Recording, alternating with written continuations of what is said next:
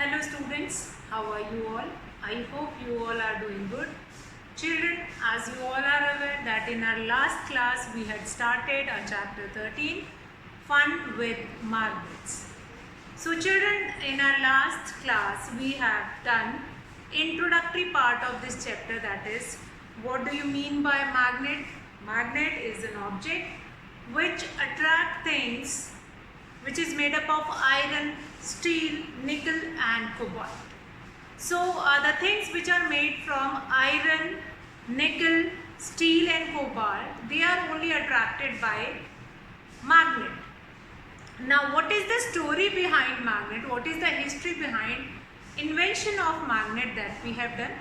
And there are two types of magnet which are available to us, that is natural magnet which exist in environment and artificial magnet which can be made with the process of magnetism. Then after that we have done magnetic and non-magnetic material. How to identify that for the given thing is a magnetic material or non-magnetic material. Along with that we have done what are the different types of magnet which are available to us, like horseshoe magnet, bar magnet, and then we have U-shaped magnet, donut magnet, cylindrical magnet and button magnet, ring magnet, that will be there. Then what is the story? Like magnet is invented in Greece. There a shepherd boy whose name is Magnus is taking his goat and sheep for grazing in the field. One fine day, what happened that a stone stick to its rod or stick which is having iron and on one side of that wooden rod, and then he find it out that that particular rock is stick to that metal only, and then we find it out this are magnet. Since it was invented by Magnesia in Greece, it was named as magnet, and the stone which stick to that stick, that is magnetite. Now after that, magnetic material and non-magnetic material. What do we mean by magnetic material?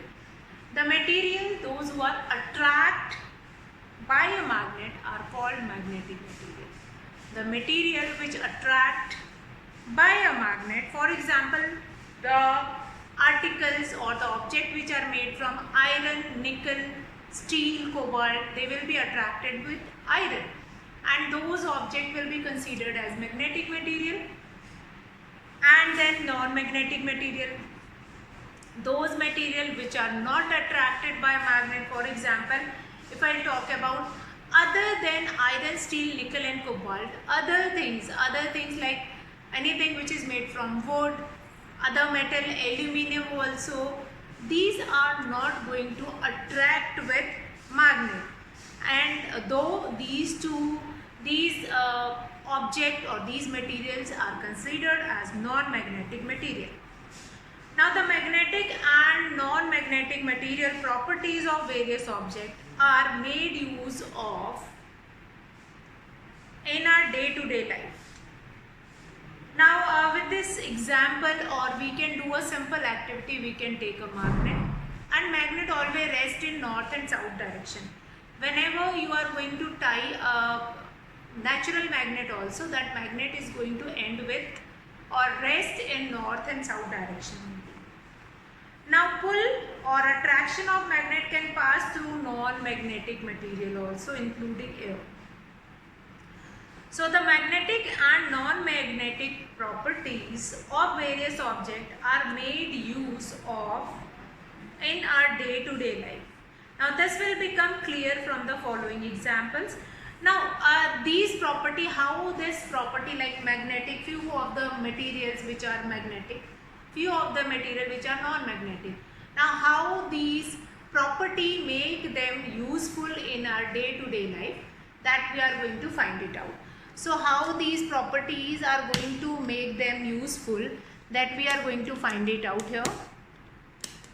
Now children, like if a large number of pins from a pin box fall on the floor and and get scattered. Now this one example we have taken, and after that we are going to take another example which you find it out in industrial waste also. Industrial waste is going to separate it by using a huge magnet.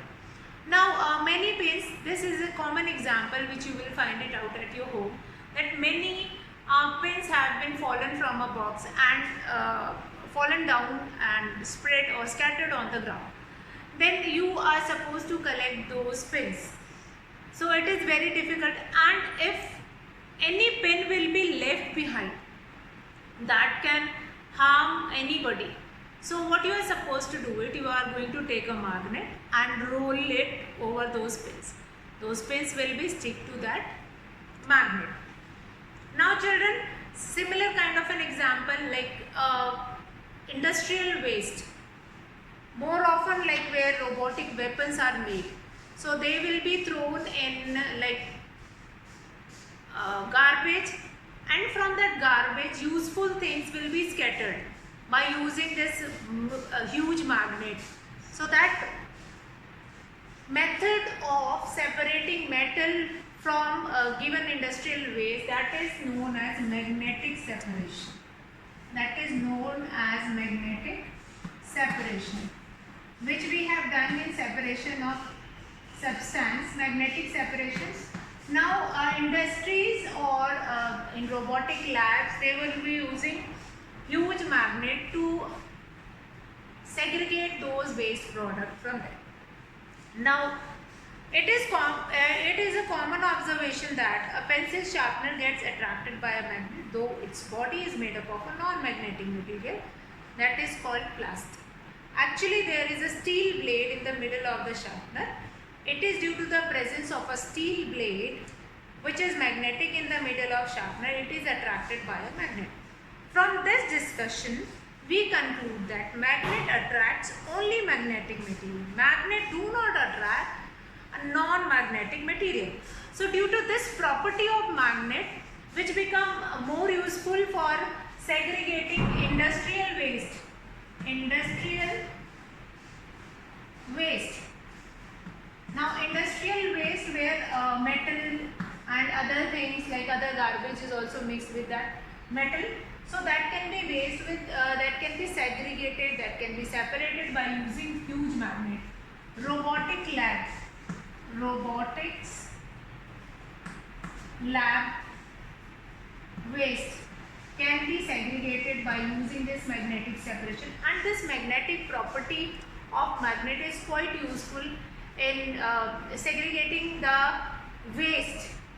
Now one more property of magnet I have told you, that whenever you are going to tie a magnet, that magnet is going to rest in the north and south pole direction only.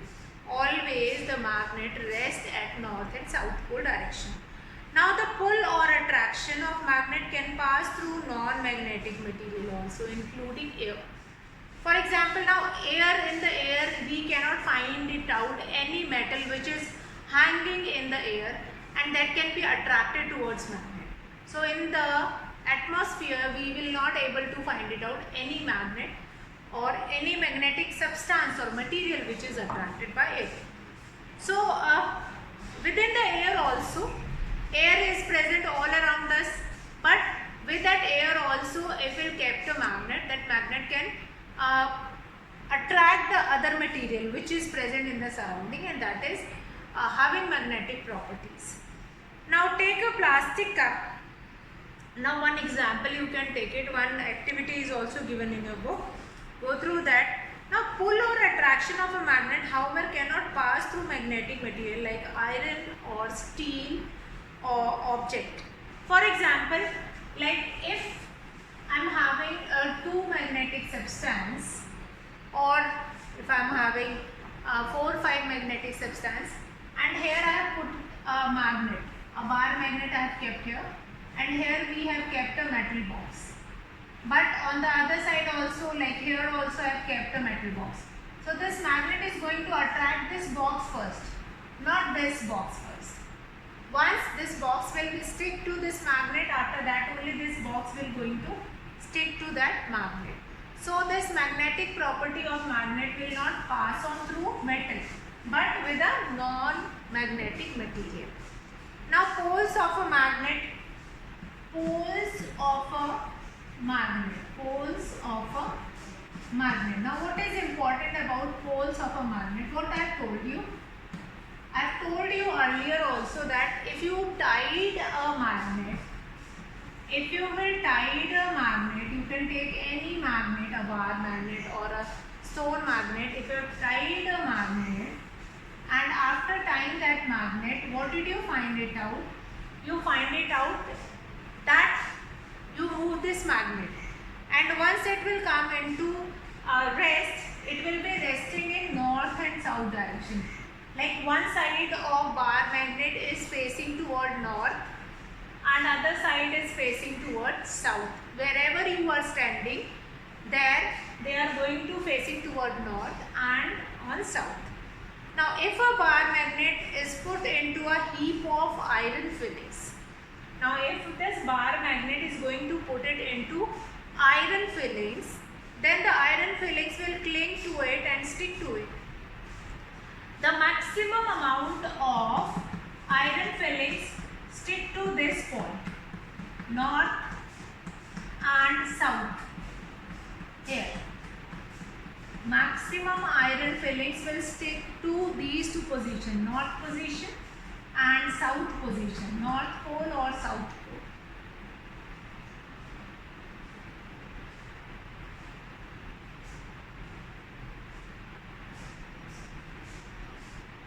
So what did we find it out? That two ends of a bar magnet will fixed with this iron fillings.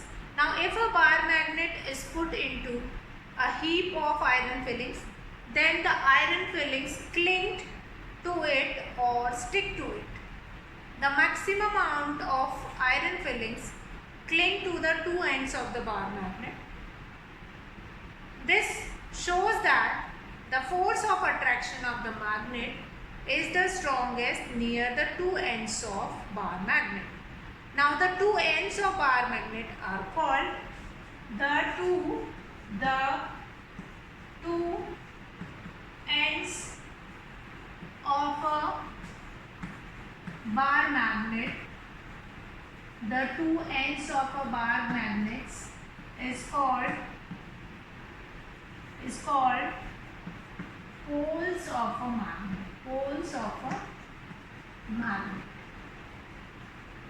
What did we find it out? That most of the iron fillings stick on these 2 points.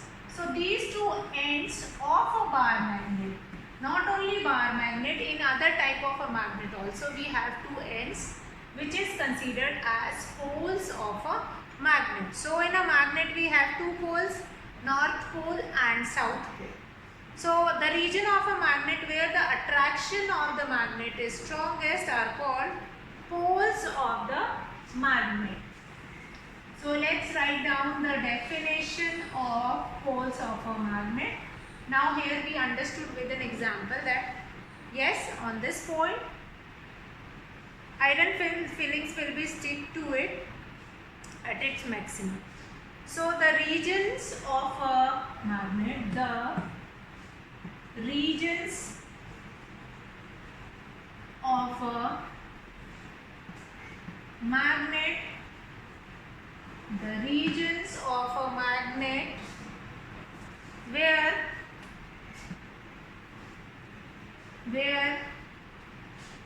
the attraction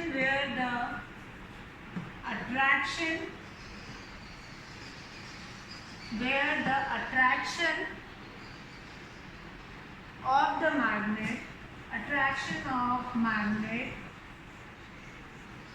is the strongest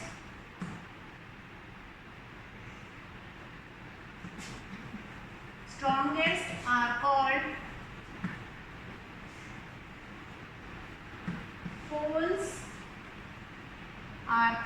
poles of the magnet.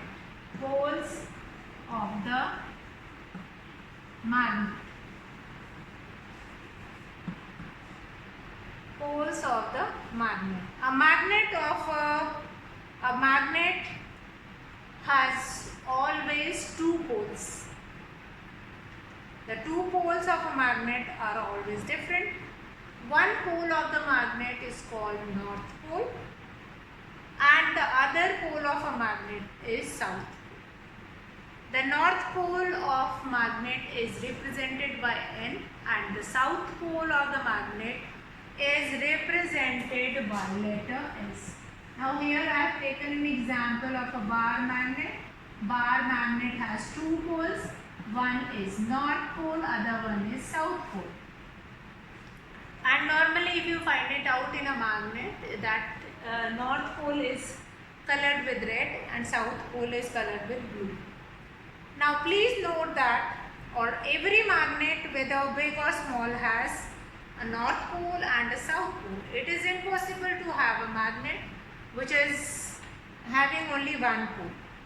So now we can use magnet to find out whether the soil or sand at a place contain particles that have iron. So rub a magnet in the soil or sand and shake it gently to remove the particles of soil or sand from its surface. Now if some particles still remain stick to the poles of magnet, then this soil or sand contains particles that have iron. Now we will now discuss the meaning of like poles and unlike poles. So what we understood yet till now, poles of a magnet we were doing, the region of a magnet where the attraction of a magnet is the strongest are called poles of the magnet. Now here I am not talking about complete magnet. I am talking about only that part, only that region of a magnet where the attraction is maximum. Like I am talking about this. Just now I have shown you that activity. If you will roll that magnet in a heap of iron fillings, you will find it out that only certain part having more number of iron fillings except the other part. So the part which is having maximum number of iron fillings or the region of a magnet where the attraction of magnet is the strongest are called poles of a magnet. So whichever magnet you are going to use, that magnet is containing two poles, that is north pole and south pole. Two poles are there in a magnet, that is north pole and south pole. Now north pole and south pole, they'll be basically it is colored in red color and blue color. And north pole, each kind of a magnet has two poles, north pole and south pole. Now the attraction or how we will now discuss like poles and unlike poles. What do you mean by like poles and unlike poles? Now here we are going to do comparison of two magnets. Like if I am going to take two magnets, again another magnet also have two poles, any kind of or if I am going to cut this magnet from in between, that will be divided into two magnets, again has two poles, north pole and south pole, north pole, south pole. So that will remain there in all those magnets. So what is important here? First what we have done, magnetic and non-magnetic material, and then how does it work? Now magnetic property of a material, that will goes through in between that non-magnetic material also. For example, if I have taken a magnet here and in between I am going to kept anything like plastic mug I have kept, on the other side I am going to kept a coin. So that coin is going to attract towards that magnet. So it irrespective of any non-magnetic material which is placed in between. So after that we had started means attraction of a magnet is very important. They are going to attract other object also through magnetic material, fine, but it is not in the case of magnetic material. Like they are not going to attract, they are not going to, first they are going to attract the first magnetic material and after that the other one. So after that poles of a magnet we have done, and that only we are going to continuing in our next class. So today I will be finishing the class here, and in the next class we will be starting poles of a magnet. So that's all for today, children. Have a good day.